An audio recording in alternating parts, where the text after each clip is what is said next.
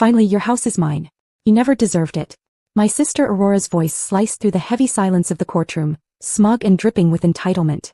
She stood up, caressing her baby bump as if it were a shield, her eyes locking onto mine with pure, unadulterated triumph. Beside her, my parents, Lawrence and Cynthia, were softly applauding, their faces twisted into expressions of disdain that I knew all too well. I did not move. I did not speak. I just stood there watching them celebrate a victory they had not earned. Then the judge looked up from the documents in front of him. His eyes narrowed behind his glasses as he dropped the bombshell that would shatter their entire reality. One of the 12 properties, I see. I would love to take a look at the rest. The smile died on Aurora's face instantly. Before I tell you how my own family tried to frame me to steal my empire, drop a comment telling me, have you ever been underestimated by the people who were supposed to love you? To understand the sheer, unadulterated terror on my mother's face in that courtroom, you have to go back 3 years. My name is Amelia, I am 29 years old, and for most of my life, I was nothing more than a blurred background character in the dazzling movie of my sister's life. They called me the quiet one, the plain one, the failure. But silence isn't empty. It is full of answers. The memory that kept me warm while I watched them panic happened at Aurora's wedding. It was a lavish, six-figure affair held at one of the city's most exclusive hotels. I was not the maid of honor. I was not even a bridesmaid. I was the unpaid logistics coordinator. While Aurora was sipping champagne in the bridal suite, I was hauling 50-pound boxes of floral arrangements up the service elevator because they did not want to pay the venue setup fee. I was sweating in my off-the-rack dress, invisible to the staff, invisible to the guests. I remember walking past Julian, my brother-in-law, as he adjusted his tuxedo. He did not offer to help. He just looked me up and down with a sneer that curled his lip. Look at you working up a sweat, he laughed, loud enough for his groomsmen to hear. Try not to stand too close to the guests, Amelia. We do not want you ruining the aesthetic. I did not say a word. I just kept walking. But the moment that truly sealed their fate happened at the reception. After 5 hours of manual labor, I was exhausted and starving. I found an empty chair at a table near the back, just looking for a moment to rest my feet and eat a roll. Before I could even sit, my mother, Cynthia, materialized out of nowhere. Her hand clamped onto my shoulder, her nails digging into my skin through the fabric. Oh honey, no, she whispered, her voice dripping with that fake sweetness she reserved for public humiliation. This table is for VIPs. We need this space for people who actually contributed to the registry. Why don't you grab a plate and go eat in the kitchen? It is less crowded and you won't be in the photographer's way. I looked at her. I looked at the table full of strangers who were watching me being dismissed like a servant. The hunger in my stomach turned into something cold and hard. This was not an accident. This was the trap of normalized cruelty. They needed me to be small so Aurora could feel big. They needed me to be the failure so they could feel successful. If I had worth, their entire family hierarchy would collapse. I walked to the kitchen. I stood over a stainless steel counter, eating a cold roll while the sounds of laughter and music drifted through the swinging doors. They thought they had broken me. They thought I was back there crying over my exclusion. But I was not crying. I was checking my phone. A notification had just popped up on my screen from my broker. The closing documents for the commercial building across the street, the one housing the boutique where Aurora bought her wedding dress, had just been finalized. While they were eating dinner paid for with credit cards, I was quietly buying the city they lived in. I swallowed that cold roll and I smiled. They did not know it yet, but the kitchen staff owned the venue. To understand why I did not hesitate to ruin them, you have to see what I saw 2 months ago. It was a Tuesday. I had driven up to my property in Lake Tahoe, a glass-walled sanctuary perched on a ridge overlooking the water. It was the one place where I felt human. It was the one place they did not know about, or so I thought. When I pulled into the driveway, the first thing I noticed was not the view. It was the unfamiliar SUV parked aggressively close to the front entrance. My stomach did not drop. It tightened. I walked up the stone path, my keys ready in my hand. But when I slid my key into the lock, it did not turn. I looked closer. The metal around the cylinder was jagged and raw. Fresh shavings glinted on the welcome mat. They had not just picked the lock, they had drilled it out. I pushed the door open. The silence of my retreat had been replaced by the blaring noise of a television. I walked into the living room and for a second I did not recognize my own home. My vintage leather armchairs were gone. My minimalist coffee table was gone. In their place stood a mountain of unopened boxes, a pastel-colored crib and a changing table piled high with diapers. Aurora was lying on a new garish sectional sofa, eating strawberries out of a bowl I recognized from my kitchen. Julian was mounting a 60-inch TV on the wall, drilling holes directly into the custom Venetian plaster I had imported from Italy. Aurora looked up not with fear but with annoyance. Oh, you're here, she said, popping a strawberry into her mouth. We were going to call you, but we have been so busy nesting. We figured you would not mind. You are hardly ever here anyway. I did not answer. I walked past her straight to the floor-to-ceiling glass doors that led to the deck. They were wide open, letting the freezing mountain air blast into the house. I stepped outside. And that is when I saw it. Piled in the corner of the deck, half covered in a drift of fresh snow, were my things. My books. My clothes. And sitting right on top, bloated with moisture and ruined by the elements, were my grandmother's journals. The leather was warped, the pages turned to pulp. Decades of family history, the only inheritance I actually cared about, destroyed because they needed space for a diaper genie. I stood there looking at the ruin of the only thing I loved. The cold wind bit at my face, but I did not feel it. I felt a switch flip inside my brain. It was the click of a safety being disabled. Amelia, stop being dramatic, Aurora called out from the warmth of the living room. She had not even gotten up. Look, you are a 29-year-old spinster. What do you need a 5-bedroom house for? To hoard cats? I'm having a baby. We need this space. We are doing you a favor, really. Giving this place a purpose. She smiled that sickly sweet smile, rubbing her stomach as if her pregnancy was a diplomatic immunity pass for felony breaking and entering. She thought she was negotiating with her pushover sister. She thought this was a family dispute. I turned back to face them. I did not scream. I did not ask them to leave. I did not ask why. I simply pulled my phone from my pocket. Who are you calling? Julian asked, the drill still in his hand. Go ahead. He agrees with us. I did not call Mom. I tapped 3 digits. 911. Address, 440 Ridgeline Road, I said, my voice flat and devoid of any tremble. I have intruders in my home. They have damaged the property and are refusing to leave. Yes, I am the sole owner. Send officers immediately. Julian dropped the drill. It hit the floor with a heavy thud, cracking the tile. It was the sound of their world beginning to fracture. The police arrived in 6 minutes. I did not have to fill out a report. I did not have to explain the intricacies of property law. I simply handed the officer the deed on my phone, pointed to the shattered lock and stepped back. Watching Aurora being escorted off the property should have been satisfying. Instead, it was pathetic. She played the victim with Oscar-worthy dedication, sobbing loudly about her blood pressure and the stress I was putting on her unborn child. Julian followed her, carrying the flat-screen TV he had not finished mounting, looking like a sullen teenager who had been grounded. But the real show had not started yet.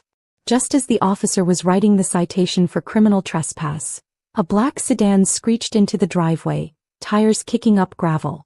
My father, Lawrence, slammed the car door shut. He did not run to Aurora to see if she was okay.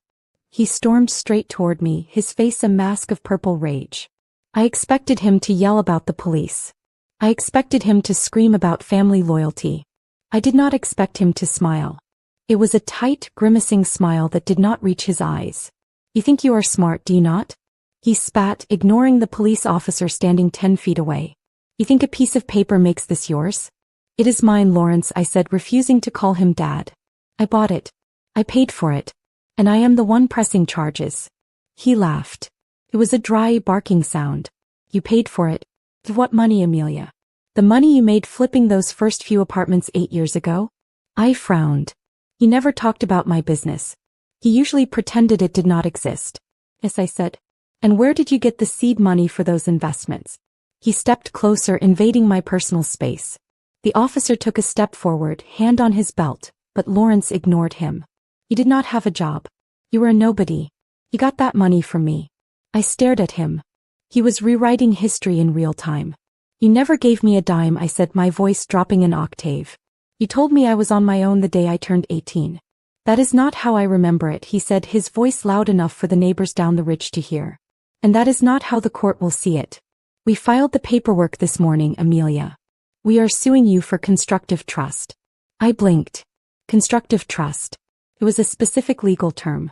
It meant he was claiming that he had transferred property or money to me in good faith, to hold on his behalf, and that I was now unjustly enriching myself by keeping it. That $500,000 I gave you 8 years ago? He continued, lying with such conviction that for a second, I almost questioned my own memory. That was not a gift. It was an investment. You were just the nominee. You were holding it for the family. No. We want our assets back. Including this house. He was not just trying to steal the lake house. He was trying to steal the origin story of my entire life. He was claiming that my sweat, my sleepless nights, my risks, and my victories were actually his. He was trying to turn me from a self-made woman into an embezzler. Aurora stopped crying by the police cruiser. She looked at me, a smirk cutting through her tears. Ideally, we will settle, she called out. Just sign over the deed and we will drop the lawsuit. We might even let you visit the baby. I looked at them. The father who claimed my success was his. The sister who believed she was entitled to the fruit of my labor. The brother-in-law who was already calculating the resale value of my furniture. They were so confident. They truly believed that because I had been silent all these years I was weak. I looked at Lawrence. "You're under oath?" I asked quietly. "You are willing to swear in a court of law that you gave me $500,000 in cash 8 years ago?" "Absolutely," he sneered. "I have the withdrawal slips to prove I had the money." "You're finished, Amelia." I did not argue. I did not scream that he was a liar. I simply nodded. "See you in court," I said. The next morning I sat in a conference room that cost more per hour than my father made in a month. My attorney, a man whose silence was more terrifying than most people's shouting, slid a thick binder across the mahogany table. "We have a problem, Amelia," he said, tapping the lawsuit my father had filed. "They aren't just coming for the lake house. They are petitioning for a forensic audit of your entire financial history. They claim that the $500,000 your father invested with you 8 years ago has appreciated, and they are entitled to a percentage of all your holdings." He looked concerned. He thought I was a successful woman about to lose her nest egg. He did not know he was sitting across from a titan. I opened the binder. It contained the real deeds. The ones my family had never seen. The ones hidden behind a fortress of blind LLCs, shell companies, and anonymous trusts. My name appeared nowhere on public records, but the ink in that binder proved the truth. I did not just own a few apartments.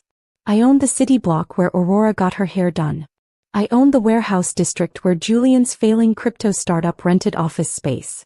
I owned the debt on my parents' country club. My portfolio was not $5 million. It was $150 million. "Let them audit me," I said, leaning back. "Amelia, listen to me," he pressed. "If they can convince a judge that the seed money was theirs, they could tie up your assets for years. We need to prove that the initial investment was yours. We need to show your pay stubs from those 3 jobs you worked. We need to show the bank loans." I shook my head. "No." He frowned. No, I said calmly. "I don't want to prove the money was mine. I want them to prove it was theirs." My lawyer hesitated. "But that supports their claim." "Exactly. Lawrence says he gave me $500,000 in cash 8 years ago. Unreported, untaxed, under the table." He went still. Then the realization hit him. "If he swears that money was his," he whispered. "Then he isn't just suing me," I said. "He's confessing to federal tax evasion and money laundering." My lawyer closed the file, smiling faintly. "You don't want to win the lawsuit. You want to incriminate them. Correct? Let them lie as loudly as they want." On the morning of trial they were celebrating early texts, Facebook posts, smug confidence. I put on my suit. It wasn't clothing. It was armor. In court, Lawrence played the grieving father, claiming the cash was his life savings, kept at home to avoid banks, given to me in trust. Aurora nodded tearfully, smirking at me when the judge looked away. I stayed still. Let them talk. Every detail tightened the noose. My attorney stood. "Come, Bort. You gave my client $500,000 in cash?" "Yes." "Every penny. Did you declare this money as income?" Lawrence shouted that it didn't matter, that it was his and I stole it. My attorney turned to the judge. "Let the record show the plaintiff has admitted under oath to $500,000 in unreported income." The color drained from Lawrence's face. "You have not just sued your daughter," my attorney said. "You have confessed to federal tax evasion and money laundering." Then Aurora screamed, clutching her stomach, collapsing into hysterics. Chaos. Accusations. Sympathy swung toward them. I didn't move. I took out my phone. "Your Honor," I said, "I'd like to submit evidence recorded 20 minutes ago."